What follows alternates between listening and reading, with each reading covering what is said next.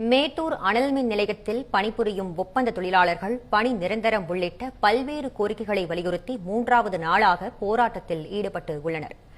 இது தொடர்பான கூடுதல் தகவல்களை செய்தியாளர் ரமேஷ் வழங்க கேட்கலாம். ரமேஷ், ஒப்பந்த தொழிலாளர்கள் எவ்வளவு பேர் இந்த போராட்டத்தில் ஈடுபட்டு வருகிறார்கள்? முழு விவரங்களையும் பதிவு பண்ணுங்க.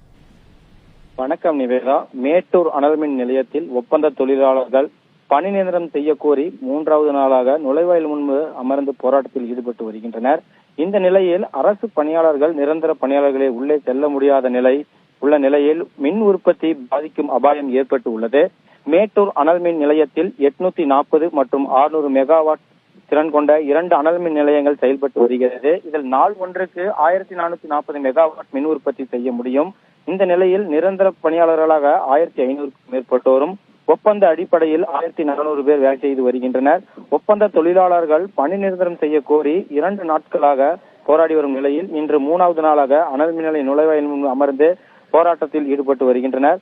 அரசு அதிகாரிகள் போராட்டக்காரருடன் பேச்சுவார்த்தை நடத்தி வந்த நிலையில் உடன்பாடு எட்டப்படாததால் 3வது நாளாக ஒப்பந்த தொழிலாளர்கள் தங்களது குடும்பத்துடன் அனல் மின் நிலைய நுழைவாயில் முன்பு அமர்ந்து தர்ணா போராட்டத்தில் செய்து வருகின்றனர். இச்சம்பவம் குறித்து சம்பவ இடத்திற்கு வந்த போலீசார் போராட்டக்காரர்கள் இடையே அப்புறப்படுத்த முயன்ற போது போராட்டக்காரர்களுக்கும் காவல்துறையினருக்கும் தள்ளுமுள்ளு ஏற்பட்டது. இந்த நிலையில் நிர்வாகம் சார்பாக பேச்சுவார்த்தை நடைபெற்று வருகிறது. இதனால் அப்பகுதியில் பரபரப்பு ஏற்பட்டு உள்ளது. நிவேதா, உங்கள் விரிவான தகவல்களுக்கு நன்றி ரமேஷ்.